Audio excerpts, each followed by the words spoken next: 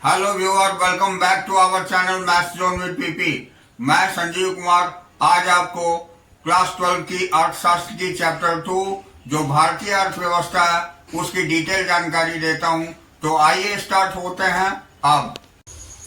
तो आइए आज हम उद्योग से चलते हैं, जिसे इंडस्ट्री बोला जाता है। इसका फर्स्ट पॉइंट, सकल घरेलू उत्पाद की निरंतर वृद्धि तभी संभव है जब इसका अधिकेंद्र औद्योगिक क्षेत्र में हो। नेक्स्ट पॉइंट, उद्योग रोजगार के वे अवसर प्रदान करते हैं जो कृषि क्षेत्र में रोजगार अवसरों की तुलना में स्थिर होते हैं। अब इसका नेक्स्ट देखेंगे तो चूंकि औपनिवेशिक शासन ने बड़े पैमाने के उद्योग मुख्य रूप से कपास और पटसन के वस्त्रों तक सीमित के निराशाजनक अस्तित्व के साथ साथ हस्तकला उद्योग के पतन को पीछे छोड़ा था, आयोजकों ने पंचवर्षीय योजनाओं के माध्यम से औद्योगिक विकास को उच्च प्राथमिकता दी। अब इसका अगला पॉइंट हम देखेंगे कि आयोजकों द्वारा यह भी माना गया कि औद्योगिक विकास के लिए एक मजबूत आधारिक संरचनात्मक आधार की आवश्यकता थी, जिनके लिए बड़े पैमाने पर निवेश की आवश्यकता थी, जो कि केवल सार्वजनिक क्षेत्र की प्रत्यक्ष एवं महत्वपूर्ण भागीदारी के माध्यम से ही प्राप्त हो सकता था।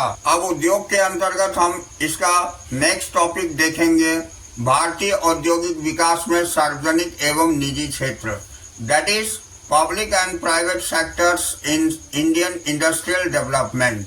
तो इसमें हम समृद्धि के अधिकेंद्र के रूप में उद्योग के विकास की आवश्यकता के साथ साथ देश के आयोजकों तथा राजनीतिज्ञों ने महसूस किया कि औद्योगिकरण की प्रक्रिया को मांग और पूर्ति की बाजार शक्तियों पर नहीं छोड़ा जा सकता है। और इसका नेक्स्ट हम देखते हैं, इसको निजी उद्यमियों के विवेक पर भी नहीं छोड़ा जा सकता है। अब इसका मुख्य अंश हम देखते हैं हाइलाइट्स में, जो सार्वजनिक एवं निजी क्षेत्र यानी पब्लिक एंड प्राइवेट सेक्टर्स में दिखाया गया है। सबसे पहला पॉइंट, सार्वजनिक क्षेत्र का आशय उन उद्यम से है जो सरकार द्वारा नियंत्रित व चलाए जाते हैं।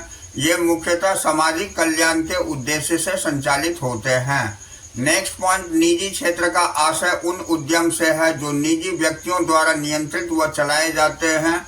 ये मुख्यतः लाभ अधिकतमीकरण के उद्देश्य से संचालित होते हैं। तो यहाँ अगली पॉइंट में निम्नलिखित तत्वों के कारण राज्य की प्रत्यक्ष भागीदारी को आवश्यक समझा गया, जो हम फ्लो चार्ट में देखते हैं। तो यहाँ पर आपको दिखाया गया है कि औद्योगिक विकास में राज्य और सार्वजनिक क्षेत्र की प्रत्यक्ष भागीदारी की आवश्यकता के कारक कौन कौन से कारक हैं। तो इसमें पहला कारक है पूंजी का अभाव, दूसरा कारक है निवेश के लिए निम्न प्रेरणा, तीसरा कारक है सामाजिक न्याय के साथ समृद्धि। तो ये तीन मेन कारक होते हैं। अब इसमें हम पहला जो देखें, पूंजी का अभाव, पहला कारक यानी लैक ऑफ कैपिटल, इसकी डिटेल जानकारी लेते हैं। तो भारत में औद्योगिक विकास के लिए एक निवेश के एक बड़े धक्के यानी बिग पुश की आवश्यकता थी। इसके लिए बड़ी मात्रा में पूंजीगत व्यय की आवश्यकता थी। तो स्वतंत्रता प्राप्ति के समय भारत में केवल टाटा तथा बिरला ही औद्योगिक घरानों के रूप में स्थापित हो चुके थे। नेक्स्ट है, देश के औद्योगिक विकास हेतु पूंजी की आवश्यकता इन औद्योगिक घरानों की क्षमता से कहीं अधिक थी। तदनुसार राज्य तथा सरकार के लिए सार्वजनिक क्षेत्र के उपक्रमों के माध्यम से औद्योगिक विकास को प्राप्त करना आवश्यक था। अब हम इसी का दूसरा कारक देखेंगे जो निवेश के लिए निम्न प्रेरणा है, जो लो इंड्यूसमेंट टू इन्वेस्ट है। तो इसमें निजी निवेशकों में प्रेरणा का अभाव पाया गया। ऐसा बाजार का सीमित आकार होने के कारण था। बाजार के सीमित आकार का कारण मांग का निम्न स्तर था और मांग के निम्न स्तर का कारण आय का निम्न स्तर था। अतः एक दुष्चक्र इस प्रकार कार्यरत था। केवल सार्वजनिक निवेश का बड़ा धक्का यानी बिग पुश ही इस दुष्चक्र को तोड़ सकता था। तदनुसार औद्योगिकरण की प्रक्रिया को बढ़ावा देने के लिए सार्वजनिक उद्यम स्पष्ट चयन था। अब हम तीसरा कारक देखेंगे जो सामाजिक न्याय के साथ समृद्धि है, यानी ग्रोथ विद सोशल जस्टिस।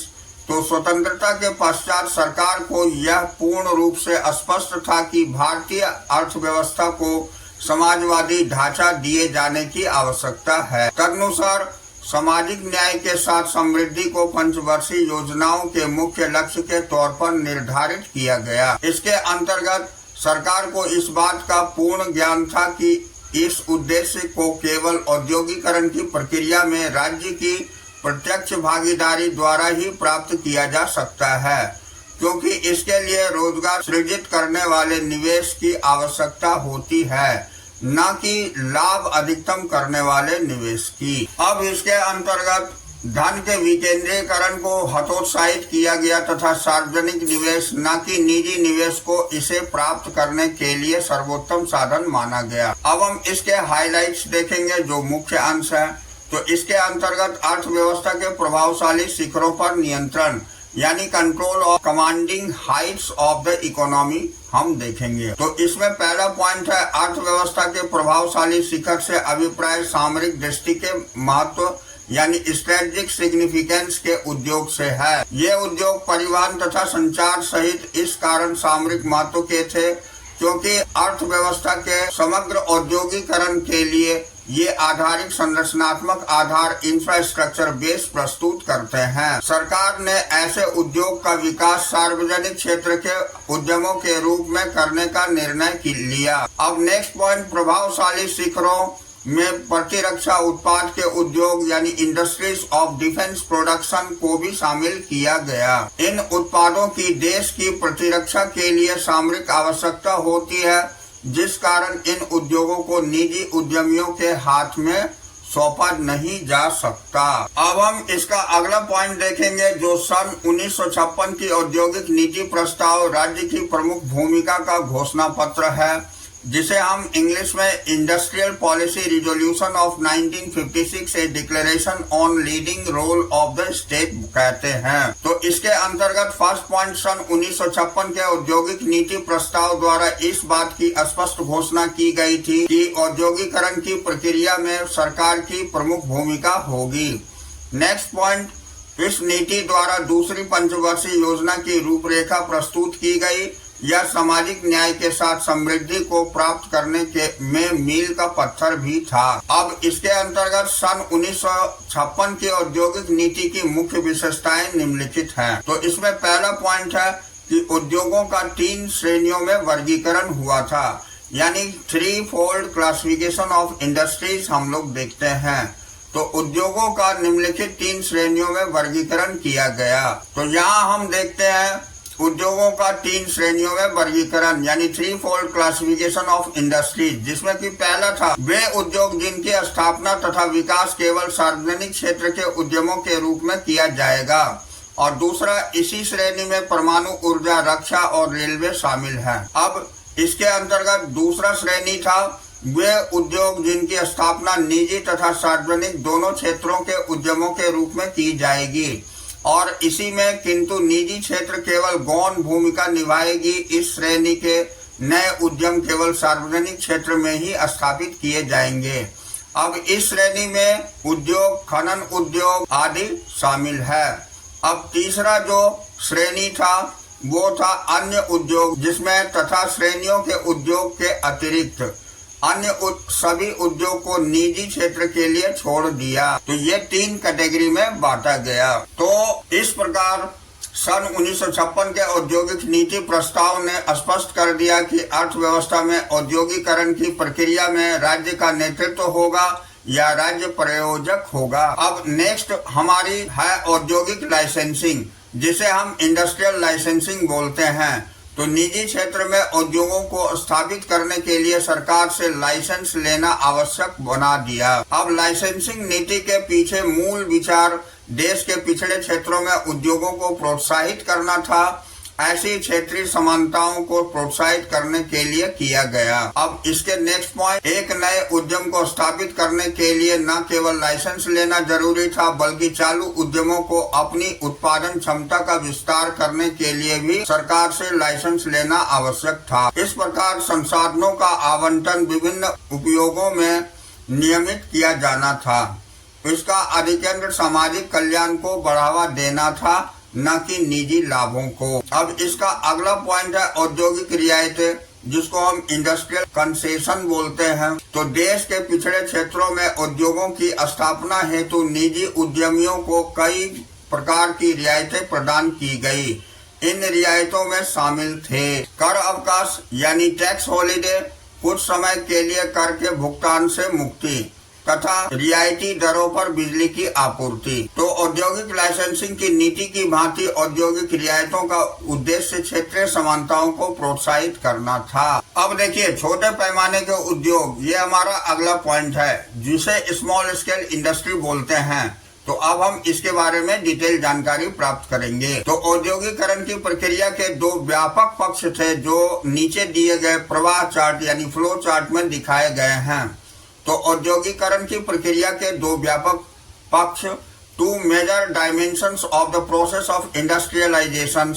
इसमें पहला था आधारिक संरचना की सुविधाओं को सृजित करने के लिए बड़े पैमाने के उद्योग जैसे लोहा तथा इस्पात, परिवहन तथा संचार का विकास, और दूसरा था रोजगार के अवसरों के सृजन अथवा सामाजिक न्याय को प्रोत्साहन के लिए छोटे पैमाने के उद्योग का विकास। तो अतः रोजगार के अवसर उत्पन्न करने के लिए छोटे पैमाने के उद्योग को औद्योगिकरण की प्रक्रिया का मुख्य तत्व माना गया। अब हम देखेंगे छोटे पैमाने के उद्योग की परिभाषा यानी definition of small scale industry. तो इसमें पहला पॉइंट, वर्तमान में छोटे पैमाने के उद्योग को उस इकाई के रूप में परिभाषित किया जाता है जिसमें 10 करोड़ से कम पूंजी का अस्थिर निवेश तथा 50 करोड़ से कम की कुल बिक्री होती है। नेक्स्ट है, इसके पहले इसे इस प्रकार के रूप में परिभाषित किया जाता था कि जिसमें 1 करोड़ से अधिक का निवेश नहीं किया जाता था। नेक्स्ट, नियोजन के आरंभ 1951 में इस उद्योग को छोटे पैमाने का उद्योग कहा जाता था जिसमें 5 लाख से अधिक का निवेश नहीं किया जाता था। अब हम भूमिका का महत्व देखेंगे जो रोल ऑफ सिग्निफिकेंस कहलाता है। तो इसमें फर्स्ट पॉइंट, ग्रामीण विकास को प्रोत्साहित करने हेतु छोटे पैमाने के उद्योग की भूमिका एवं महत्व कार्य समिति, जिसे ग्राम तथा छोटे पैमाने के उद्योग की समिति भी कहा जाता है, ने 1955 में रेखांकित की थी। इस समिति के निम्नलिखित 3 मुख्य विशेषताओं के रूप में छोटे पैमाने के उद्योग के महत्व पर बल दिया गया था। तो छोटे पैमाने के उद्योग श्रम गहन तथा इस प्रकार रोजगार परक होते हैं, यानी SSI is the labour intensive and therefore employment friendly. छोटे पैमाने के उद्योग सामान्यतः श्रम गहन जबकि बड़े पैमाने के उद्योग पूंजी गहन होते हैं। एक निश्चित मात्रा में उत्पाद प्राप्त करने के लिए छोटे पैमाने के उद्योग पूंजी की अपेक्षा श्रम का अधिक प्रयोग करता है। इसके विपरीत एक बड़े पैमाने पर उद्योग श्रम की अपेक्षा पूंजी का अधिक प्रयोग करता है। अब हम आगे देखेंगे, अंग्रेजों से हमें एक ऐसी अर्थव्यवस्था विरासत में मिली जो कि पूंजी की कमी तथा श्रम की बहुल्यता वाली अर्थव्यवस्था थी। इसलिए हमारे आयोजकों ने ठीक ही सोचा था कि छोटे पैमाने के उद्योगों का विकास करके ही पूर्ण रोजगार को प्राप्त किया जा सकता है। अब इसका अगला टॉपिक, छोटे पैमाने का उद्योग के स्थान निर्धारण संबंधी लचीलापन पाया जाता है, अतः वे समानता परक, जिसका तात्पर्य अंतर क्षेत्रीय समानता से है, होते हैं। यानी SSI shows locational flexibility and is therefore equality oriented, referring to inter-regional equality। यानी बड़े पैमाने के रोजगार, बड़े पैमाने के उद्योग जैसे भिलाई स्टील तथा राउरकेला स्टील को प्रायः कच्चे माल के स्रोत के निकट स्थापित किया जाता है। क्योंकि बड़े पैमाने के उद्योग को कच्चे माल की बहुत बड़ी मात्रा में आवश्यकता होती है, इन्हें दूरी से लाने में परिवहन की लागत बहुत बढ़ जाती है। इसके विपरीत छोटे पैमाने के उद्योग में स्थान निर्धारण संबंधी लचीलापन पाया जाता है, अतः ये उद्योग समानता परक होते हैं तथा संतुलित क्षेत्रीय समृद्धि में योगदान देते हैं। अब इससे नेक्स्ट टॉपिक, छोटे पैमाने के उद्योग को अल्प निवेश की आवश्यकता होती है, अतः यह साम्य परक, जिसका तात्पर्य समाज के विभिन्न वर्गों के मध्य समानता से है, होते हैं। यानी SSI needs a small investment and is therefore equity oriented, referring to equality across different sections of society। यानी बड़े पैमाने के उद्योगों की तुलना में छोटे पैमाने के उद्योगों को कम मात्रा में निवेश की आवश्यकता होती है। तदनुसार इसके कारण आर्थिक शक्ति की केंद्रीकरण नहीं होता है, बल्कि इसके द्वारा समाज के विभिन्न क्षेत्रों के मध्य समानता को बढ़ावा मिलता है। अब बड़े पैमाने के उद्योग की तुलना में छोटे पैमाने के उद्योग में प्रति इकाई निवेश के फलस्वरूप अधिक रोजगार उत्पन्न होता है। इस कारण साम्य को और अधिक प्रोत्साहन प्राप्त होता है। अब अगला पॉइंट हम इसके अंतर्गत देखते हैं, छोटे पैमाने के उद्योग को बढ़ावा देने के लिए सरकार की पहल, यानी initiative by the government to promote SSI. तो इसमें फर्स्ट पॉइंट है, छोटे पैमाने के उद्योग को विकसित होने के लिए सरकारी सहयोग की आवश्यकता होती है, क्योंकि ये उद्योग बड़े औद्योगिक घरानों से प्रतिस्पर्धा नहीं कर सकते। परिणाम स्वरूप छोटे पैमाने के उद्योग की विनिर्माण की क्षमता के आधार पर कुछ वस्तुओं के उत्पादन को छोटे पैमाने के उद्योग के लिए आरक्षित किया गया था। नेक्स्ट पॉइंट, उन्हें निम्न उत्पादन शुल्क तथा बैंक ऋणों पर निम्न ब्याज दरों पर लाभ भी दिया गया। अब आइए इसके अंतर्गत हम नेक्स्ट टॉपिक व्यापार देखते हैं, जिसे ट्रेड कहा जाता है। तो इसमें आयात प्रतिस्थापन की रणनीति सबसे पहले देखेंगे, जिसे स्ट्रेटजी ऑफ इंपोर्ट सब्स्टिट्यूशन बोलते हैं, अथवा आंतरिक दृष्टि व्यापार रणनीति, जिसे इनवर्ड लुकिंग ट्रेड स्ट्रेटजी भी बोलते हैं। तो इसके बारे में हम डिटेल जानकारी प्राप्त करेंगे। तो इसमें हम फर्स्ट पॉइंट देखते हैं कि औद्योगिक विकास के प्रयासों की पूरकता के लिए भारत ने 1950 से 1990 की अवधि के दौरान आयात प्रतिस्थापन की रणनीति को अपनाया। इसे आंतरिक दृष्टि व्यापार रणनीति यानी इनवर्ड लुकिंग ट्रेड स्ट्रेटजी भी कहा जाता है। अब नेक्स्ट पॉइंट, आंतरिक दृष्टि व्यापार नीति के अभिप्राय आयात प्रतिस्थापन इंपोर्ट सब्स्टिट्यूशन पर निर्भरता की नीति से है और अंतर्राष्ट्रीय व्यापार के क्षेत्र में घरेलू उद्योग की आयात प्रतिबंध तथा आयात शुल्क द्वारा संरक्षण प्रदान करने से है। अब इन निम्नलिखित बातों पर ध्यान दीजिए। पहली पॉइंट है, आयात प्रतिस्थापन से अभिप्राय देश के भीतर उन वस्तुओं के उत्पादन से है जिनका आयात देश शेष विश्व से करता है। इस नीति का उद्देश्य आयातों को प्रतिबंधित करके विदेशी विनिमय की बचत करना है। दूसरा पॉइंट, विदेशी विनिमय तो अत्यंत दुर्लभ है, का प्रयोग विकास संबंधी आयातों के लिए करना था। विकास संबंधी आयातों से अभिप्राय उन प्लांटों तथा मशीनरी के आयात से है जो समृद्धि तथा विकास के लिए आवश्यक है, परंतु तकनीक के अभाव अथवा निवेश कोषों की कमी के कारण इसका उत्पादन देश के भीतर नहीं किया जा सकता।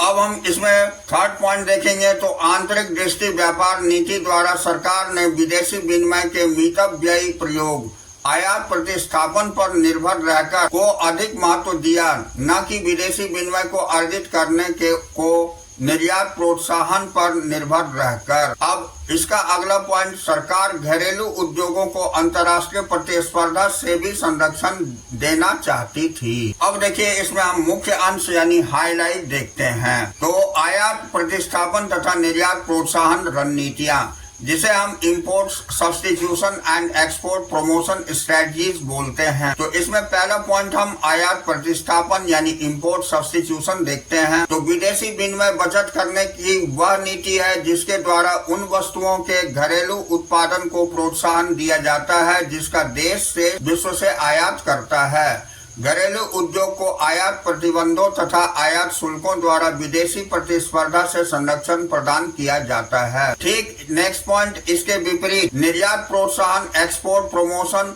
वह नीति है जिसके द्वारा घरेलू निर्यातों को प्रोत्साहन करके तथा अंतर्राष्ट्रीय बाजारों में घरेलू उत्पादों को अधिक प्रतियोगी बनाकर विदेशी विनिमय अर्जित किया जाता है। अब हम संरक्षण का रूप देखेंगे, जिसे फॉर्म्स ऑफ प्रोटेक्शन बोलते हैं। तो आयात से संरक्षण के दो रूप हैं। पहला है टैरिफ।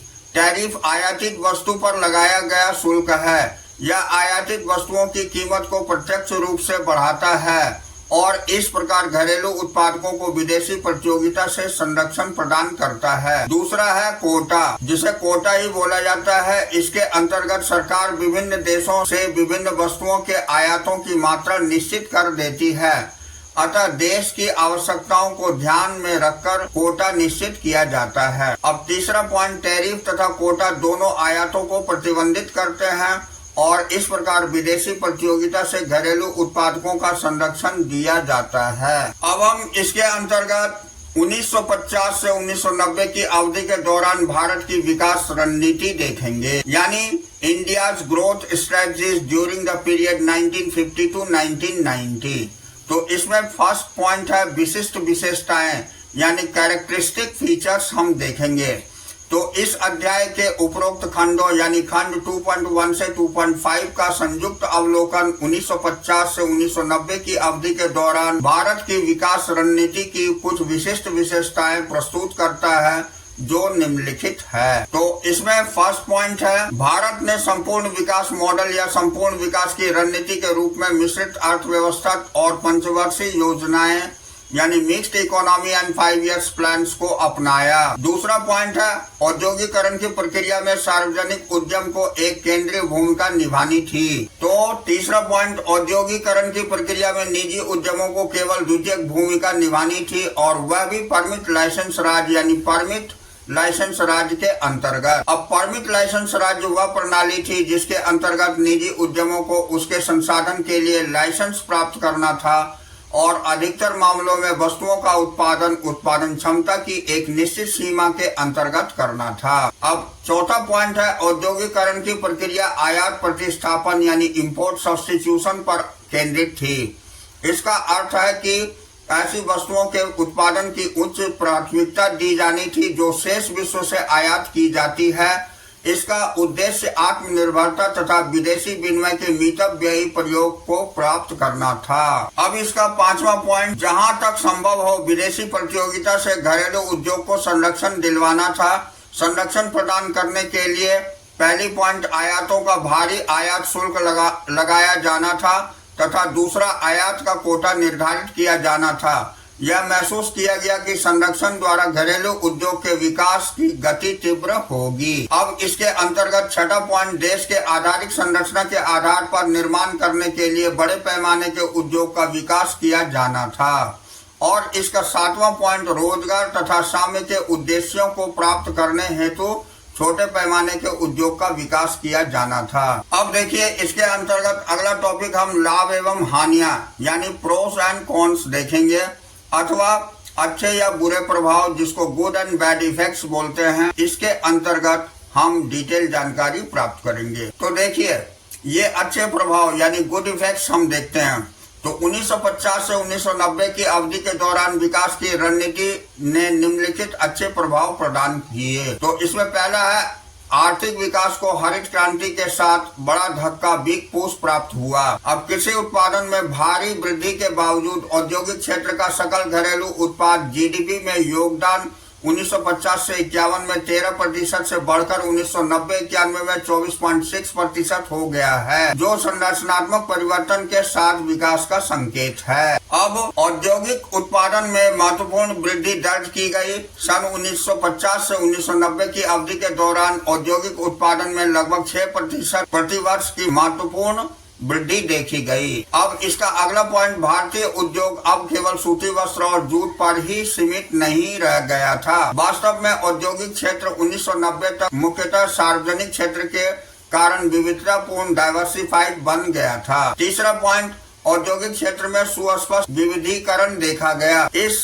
समय के सूर्योदय उद्योग विशेषकर इलेक्ट्रॉनिक्स ने घरेलू अर्थव्यवस्था में अपना अभ्युदय इमरजेंस दिखाया। अब चौथा पॉइंट, बड़े पैमाने के उद्योग का विकास जैसे राउरकेला और भिलाई स्टील के कारखाने से भारतीय अर्थव्यवस्था को आधारिक संरचनात्मक यानी इंफ्रास्ट्रक्चरल सुदृढ़ता प्राप्त हुई।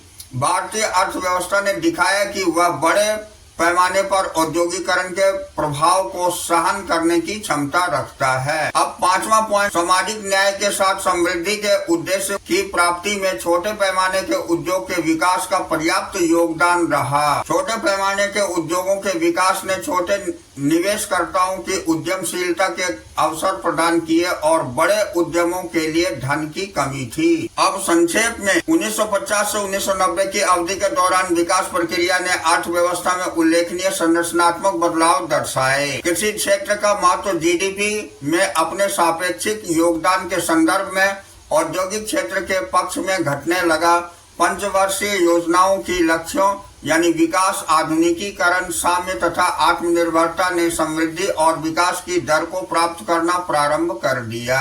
अब हम बुरे प्रभाव देखेंगे यानी बैड इफेक्ट्स। तो विकास की इस नीति के कई बुरे प्रभाव भी थे और अच्छे प्रभावों की भांति प्रमुख थे।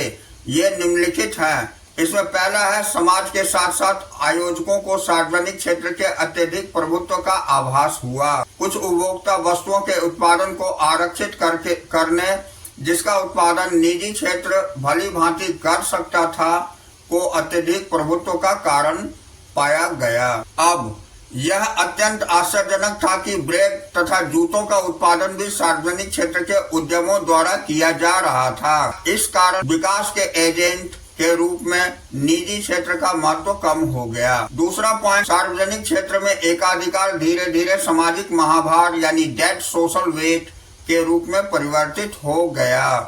अकुशलता, भ्रष्टाचार, रिसाव तथा चोरी इसकी मुख्य विशेषताओं के रूप में उभरी। अब इसके अंतर्गत सार्वजनिक क्षेत्र में उद्यमों में भारी हानि होने के कारण देश के दुर्लभ राष्ट्रीय संसाधनों का अकुशल प्रयोग हुआ। अब तीसरा पॉइंट, नए उद्यमों को खोलने तथा मौजूदा उद्यमों के विस्तार के लिए लाइसेंस प्राप्त करने की आवश्यकता का बड़े औद्योगिक घरानों द्वारा दुरुपयोग किया गया था। अब बड़े घराने के बाजार में प्रतिस्पर्धियों को उभरने से रोकने के लिए लाइसेंस प्राप्त करते थे।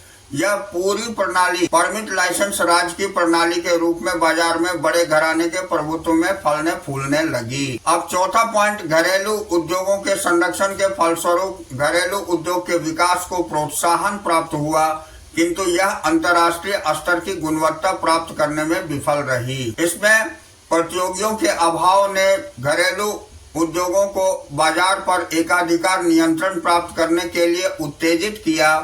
प्रतियोगिता तथा विविधीकरण द्वारा विकास की सुविधाजनक ढंग से अवहेलना की गई। अब अगला पॉइंट, आयात प्रतिस्थापन द्वारा विदेशी विनिमय की बचत करना, न कि विदेशी विनिमय को निर्यात प्रोत्साहन द्वारा प्राप्त करना, सरकार का एक अकुशल नीतिगत उपकरण सिद्ध हुआ। इसके अंतर्गत हमेशा विदेशी विनिमय के भंडार कम होने लगे और सन 1990 के अंत तक ये भंडार अपने न्यूनतम स्तर तक पहुंच गए। इतना ही नहीं, हमें विदेशों से ऋण लेने के लिए विश्व बैंक के पास अपने सोने के भंडारों को गिरवी यानी प्लेज रखना पड़ा था। अब हम इस चैप्टर के लास्ट टॉपिक को देखते हैं, जो कि हमारी विकास की रणनीति का मूल्यांकन है। ये बहुत ही इम्पोर्टेंट है, तो इसे हम evaluation of strategies of growth बोलते हैं, तो इसे ध्यान देंगे। तो विकास की रणनीति के मूल्यांकन के रूप में निम्नलिखित अवलोकन प्रकट किए जाते हैं। पहली पॉइंट है, पंचवर्षीय योजनाओं के अंतर्गत विकास की रणनीति के परिणाम स्वरूप भारतीय अर्थव्यवस्था आर्थिक स्थिरता के गतिरोध को तोड़ने में सफल रही। भारत खाद्यान्नों के उत्पादन में आत्मनिर्भर बन गया। दूसरा पॉइंट, भूमि सुधार और HYV तकनीक ने भारतीय कृषि को स्थिर और पिछड़े क्षेत्र के अर्थव्यवस्था के एक जीवंत तथा बढ़ते क्षेत्र में बदल दिया। तीसरी पॉइंट, औद्योगिक क्षेत्र के विविधीकरण हुआ। आधारिक संरचनात्मक विकास एक बोधगम्य वास्तविकता बन गया। सकल घरेलू उत्पाद GDP में कृषि और औद्योगिक क्षेत्र के सापेक्षिक योगदान में संरचनात्मक बदलाव की वास्तविकता बन गया।